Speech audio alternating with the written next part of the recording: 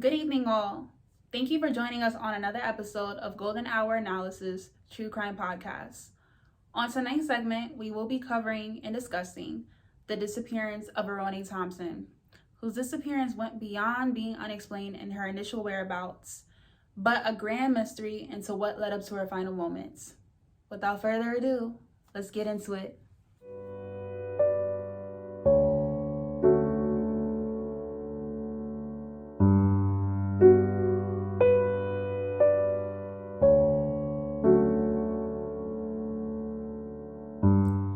Just a quick disclaimer that I want to let all my viewers know is that usually when I'm covering these cases, I type everything out beforehand so I make sure I do not miss a detail.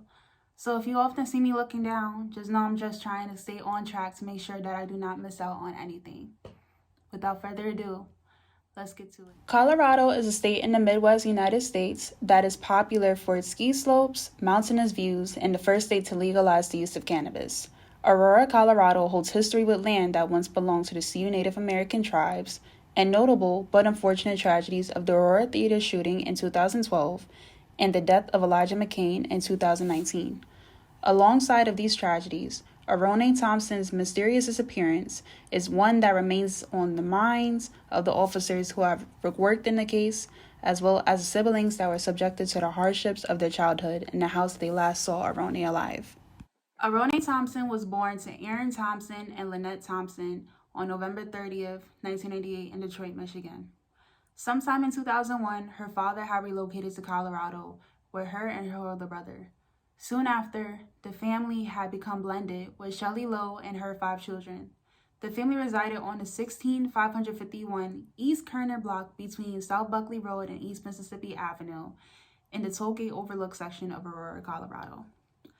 According to Aaron and Shely, sometime during the afternoon of November 14th, 2005, an argument had ensued over a cookie, which had resulted in Aarone running away. Her disappearance drew a state of urgency for the officers assigned to the case, due to the freezing temperatures and falling of snow that same night. The idea of a 5-year-old out there without a jacket and alone and not thoroughly bundled up were frightening to authorities. Oddly enough, it wasn't alarming to those who had reported her missing.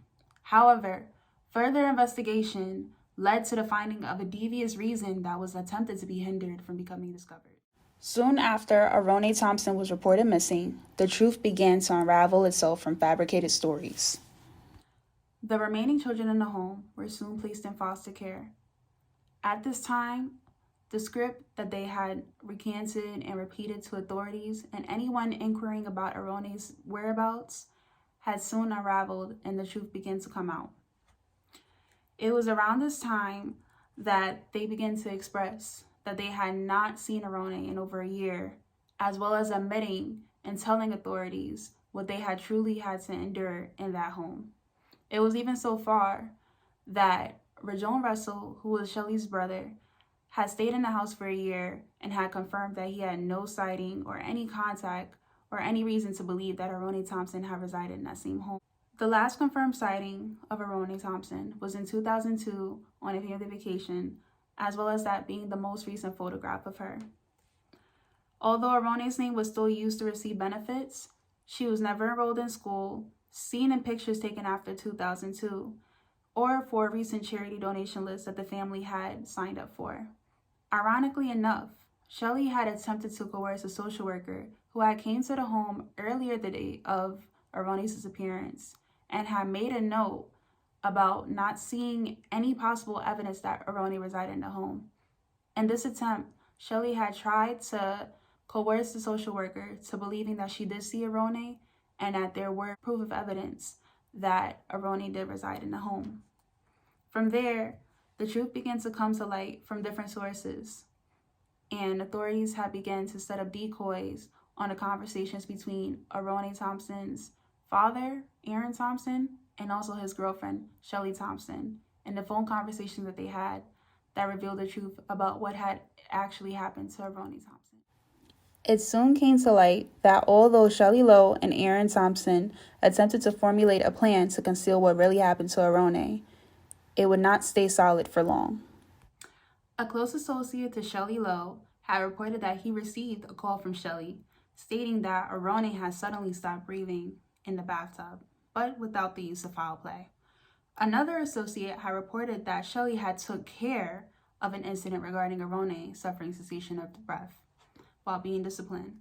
A final associate had reported that Shely had found Aarone deceased in her bedroom one morning before breakfast.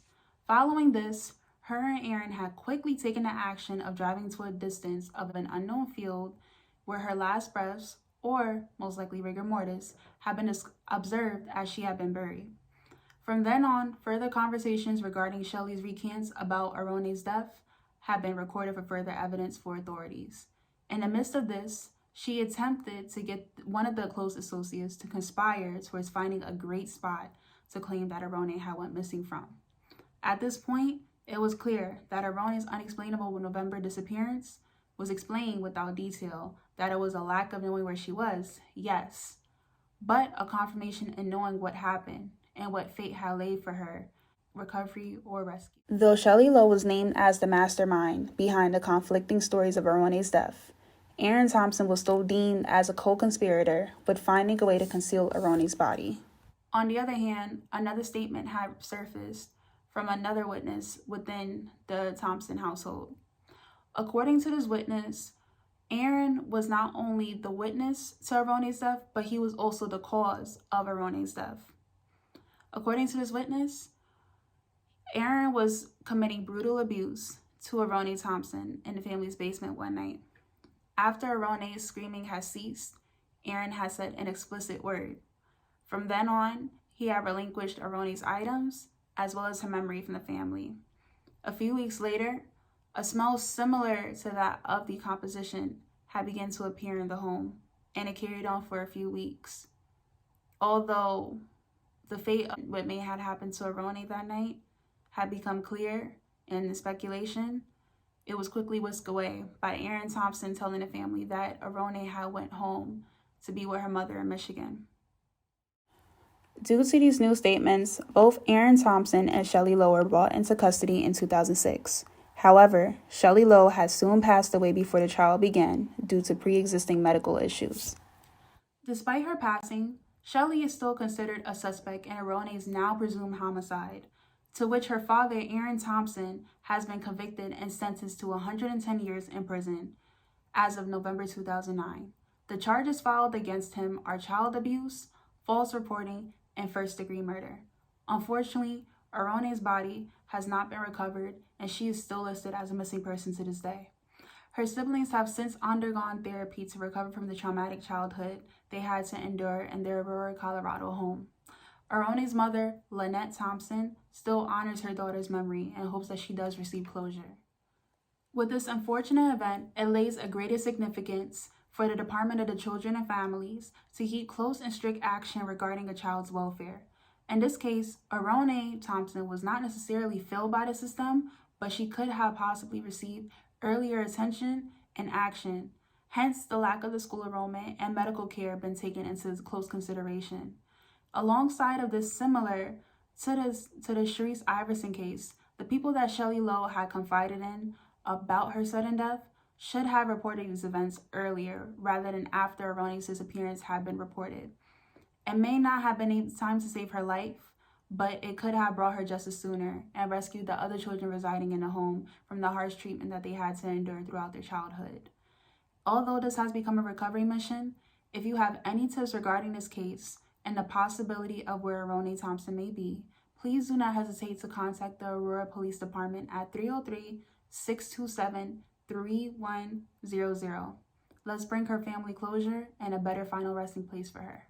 If you or someone you know is currently enduring abuse within their home, whether they be an infant, a child, adolescent, adult, or even the elderly, please do not hesitate to inform your local authorities. You may not only be saving their life, but they will always thank you for taking that step forward for them. Thank you for tuning in tonight as we covered the Aarone Thompson case.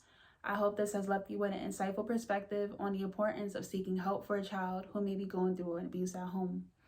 Please take care of yourself always and be safe. If you want to see your loved one's case featured on here, please do not hesitate to reach out and contact me at goldenhouranalysis@gmail.com. Again, goldenhouranalysis@gmail.com. I would love to have your loved one's case featured on here, bringing awareness to them. Thank you all, and good night. Like, subscribe, share, and stay aware, and always stay golden. Until next time, friends. Good night.